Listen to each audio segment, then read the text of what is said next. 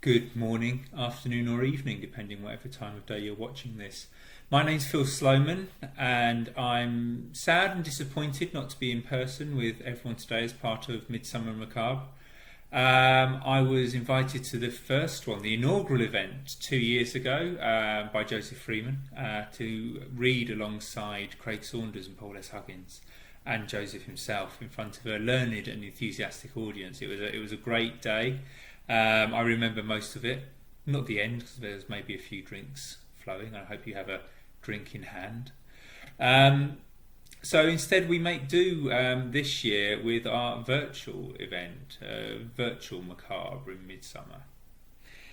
Joseph's asked me to do a reading, he said, for something not too depressing, so we'll see how that goes. I've got a couple of friends with me to listen, to encourage me as we go. Say good evening. Good evening. The story I'm going to read is from an anthology called The Woods. It's an anthology from Hersham Horror, which I was asked to edit by Peter Mark May. It has great stories from Kate Gardner, James Everington, Mark West and Penny Jones, alongside a closing story from myself. The story I'm going to read from is called The Teddy Bear's Picnic. It's a story about a young girl who goes into the woods. I went down to the woods today. There's a clearing in the woods behind our house where I go whenever I need to think. It's a short walk from the back of our house, across the moss-patched lawn with its abandoned toys, and then along a well-worn path which is either muddy or dry depending on the time of year. At present it is dry. The path is wide enough to fit the pram I use for my bears and dolls with its oversized wheels and canopied cover.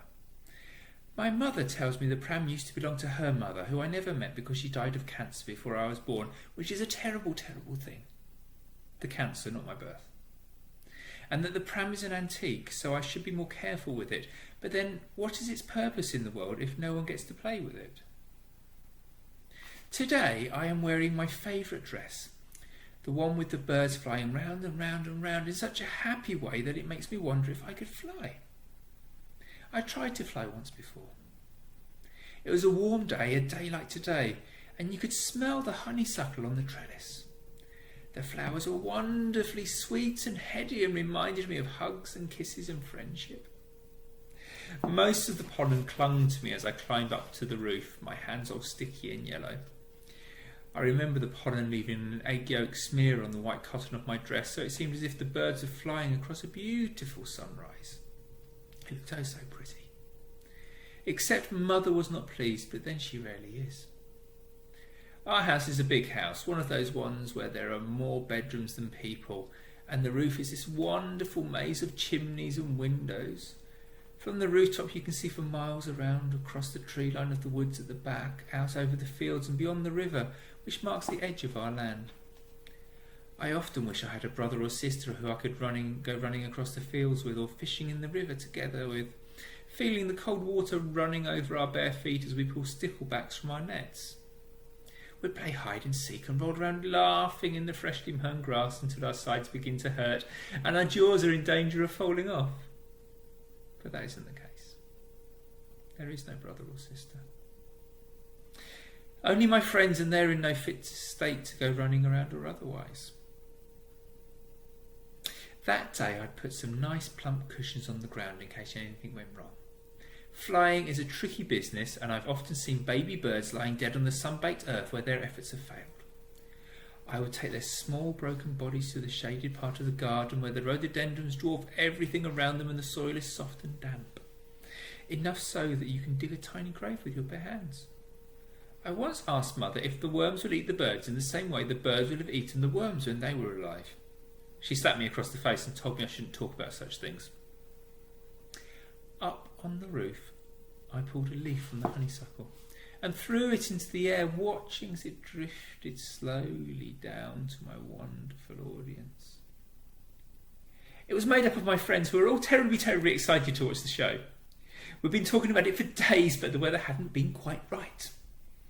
Either too wet, which would ruin my dress, or too windy, and I didn't want to get blown away like a crumpled leaf.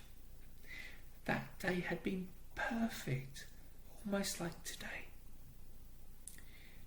They were all there that day, except for Sue, who had a cold and needed to rest up in bed.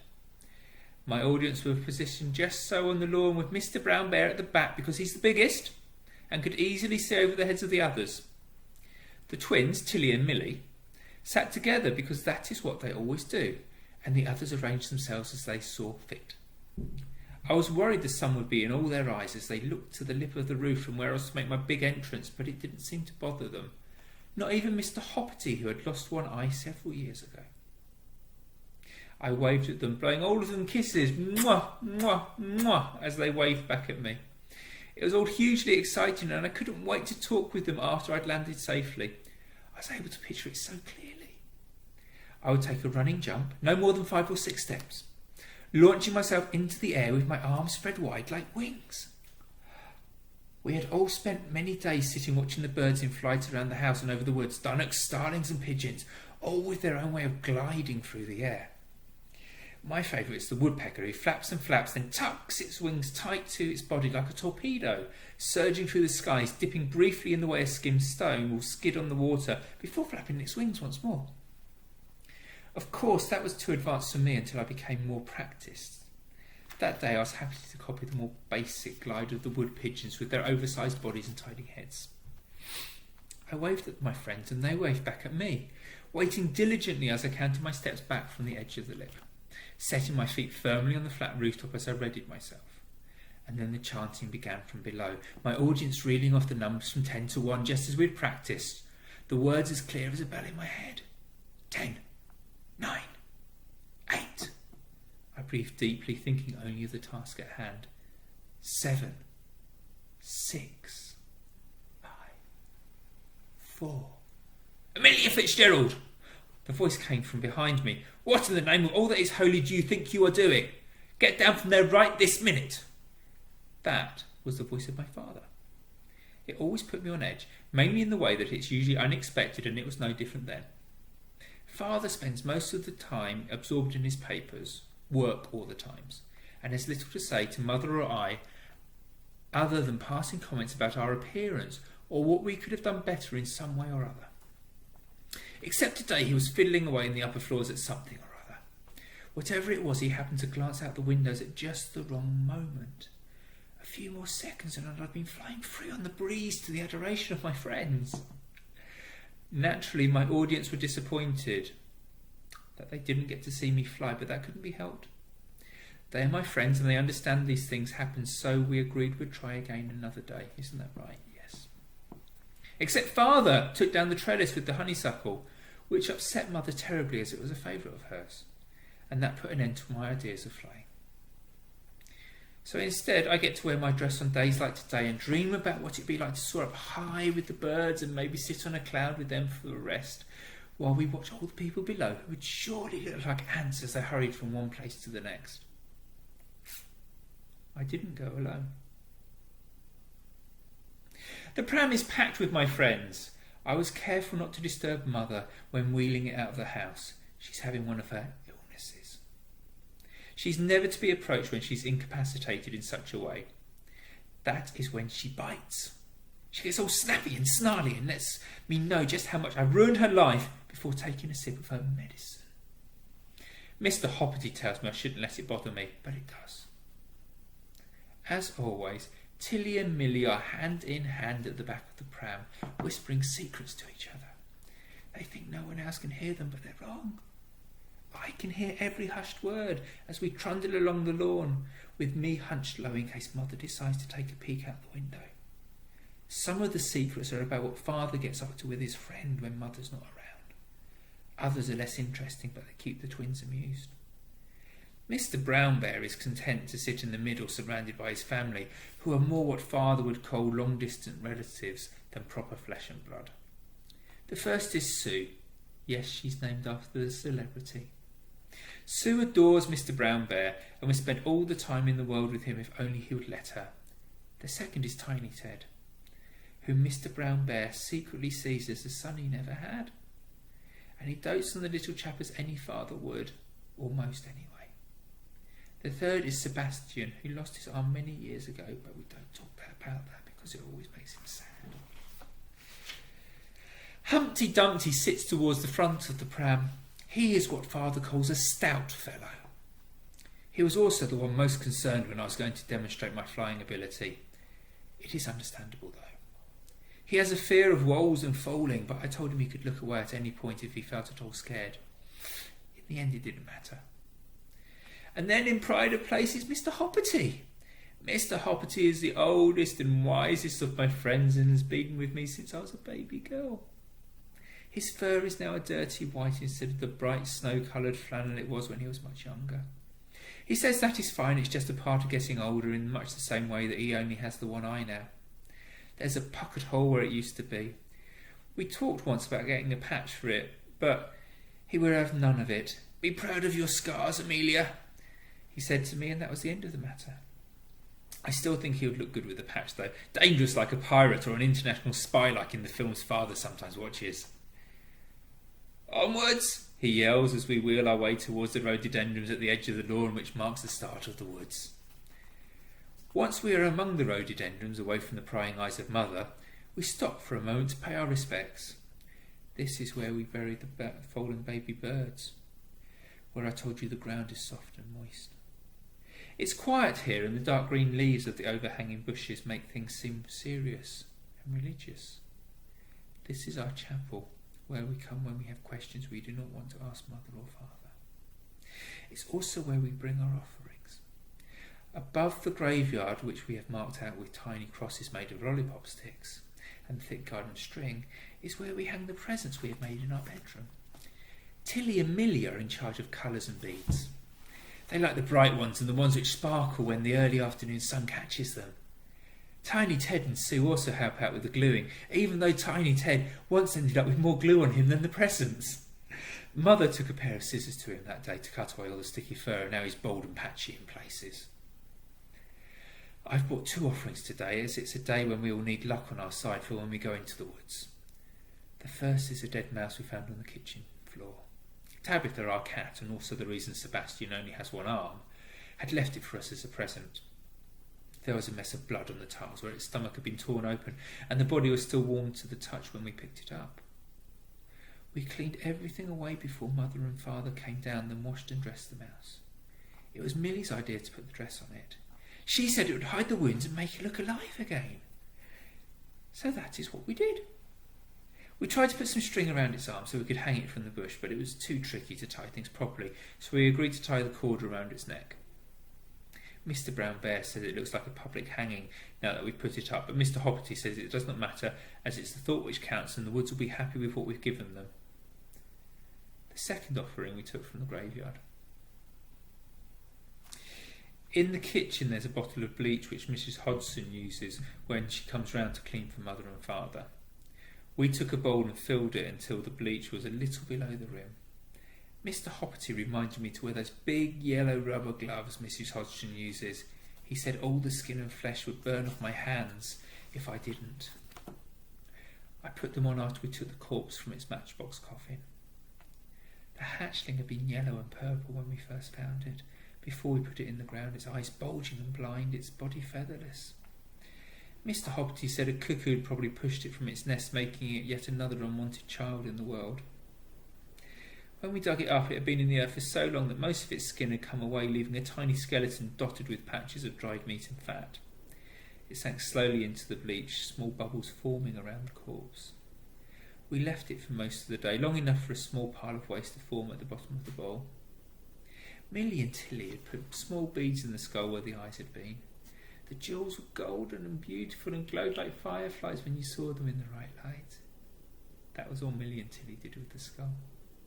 They said anything else would have been too much. And they were right. It's perfect. The ground gives a little beneath me as I kneel to hang the bird above the mouse, offering a little prayer as I place our bone-white angel in pride of place so that it's flying high for the world to see. And I know the woods will be pleased. Beneath the trees where nobody sees.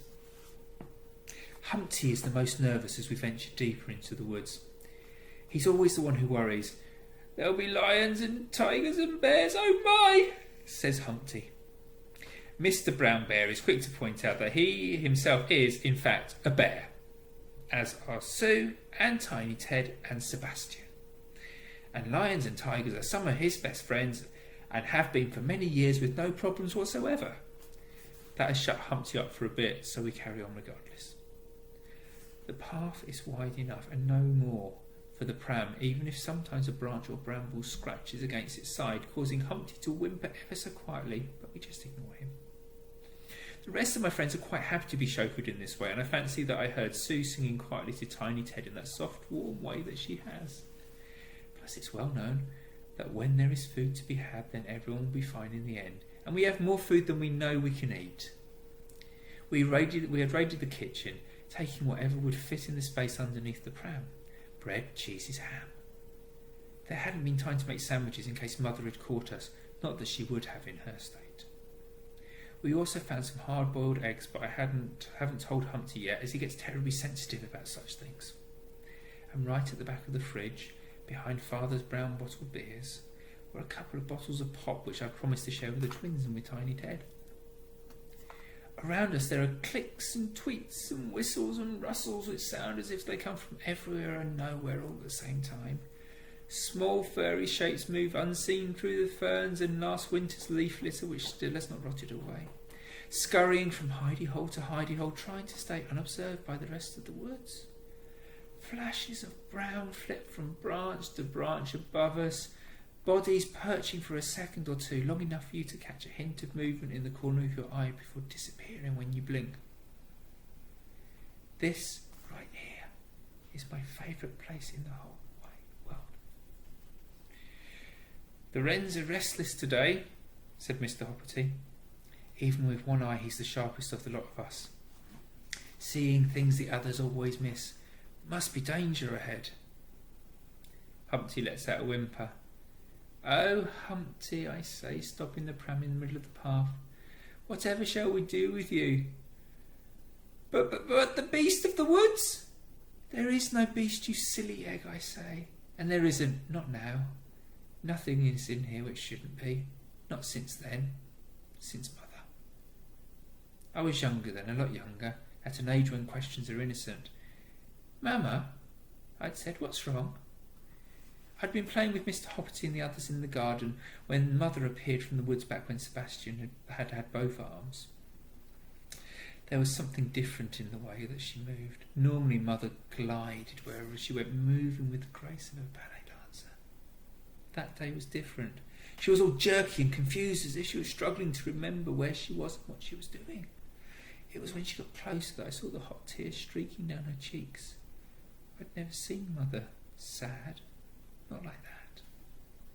But with the sadness, there was also something else, something I'd not seen before, something which scared me. Mama, I don't know if she heard the tremble in my voice. Mama, are you okay? I felt the pain before I realised what had happened. My cheek flushed red where her hand had hit me. I put my fingers to my face, certain my face was on fire and that blood had been drawn, and then I started to cry, unending tears as I gulped for air, unable to even scream with the pain.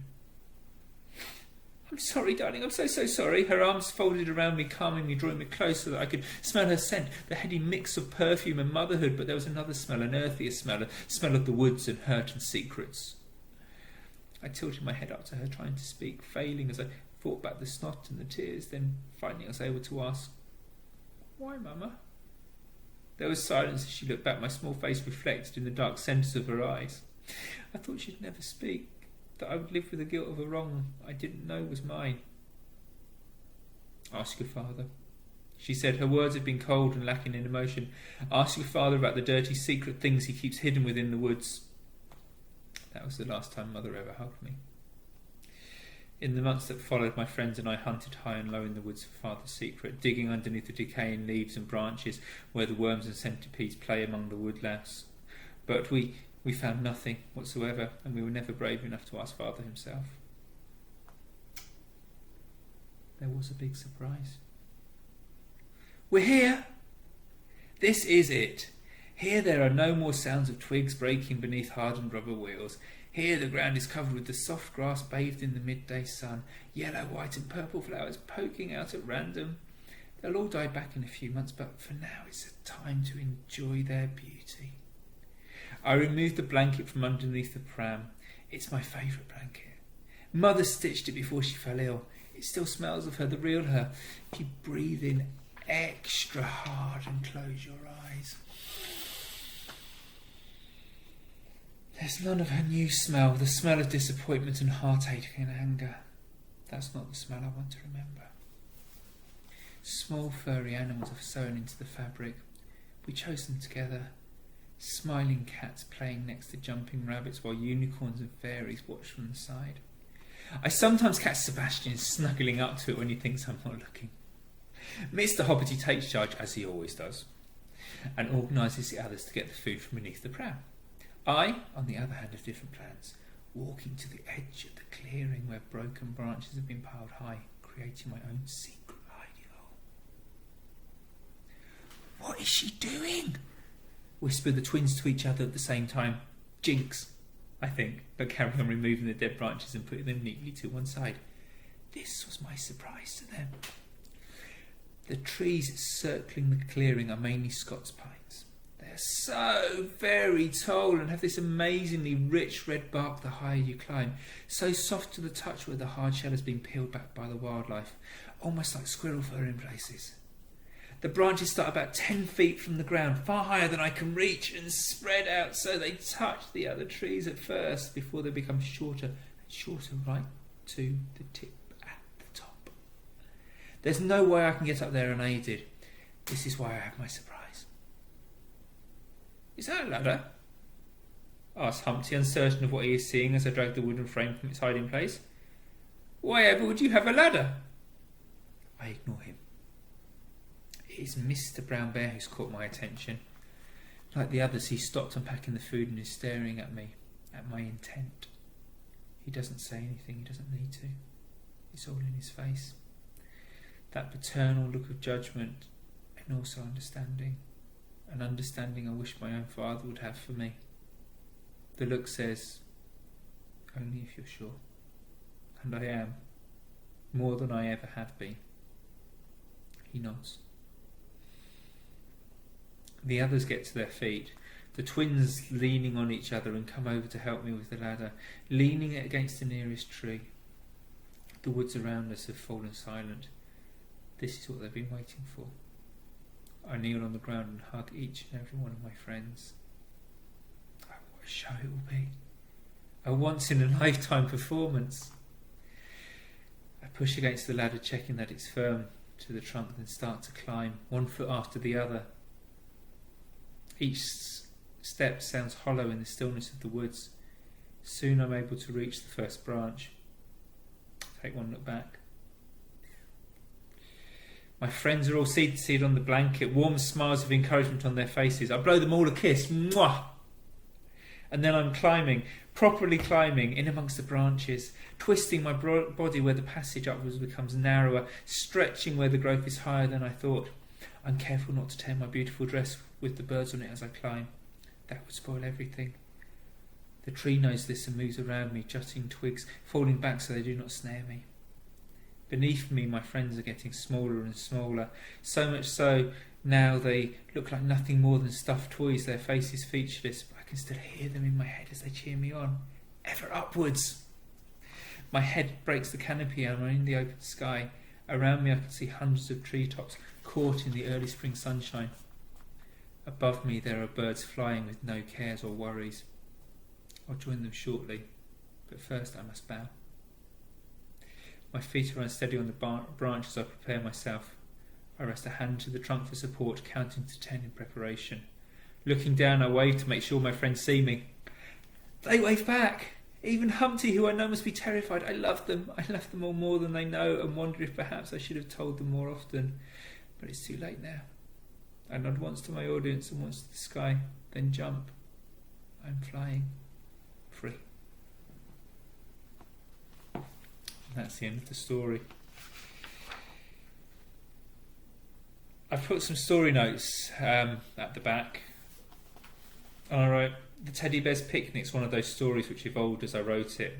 The title came to mind and I thought it'd be fun to have a girl go to the woods with her teddy bears and there'd be the reveal of some big secret as she spoke with them. But then Amelia climbed the honeysuckle. I don't know why. It was a bit of decoration to the story to flesh out her character. Yet it became so much more than that. It became a story of loneliness with an inevitable conclusion. Does she fly or does she fall? Well, that's up to you as the reader or the listener in this case. Perhaps you'll let me know. Thank you and goodbye.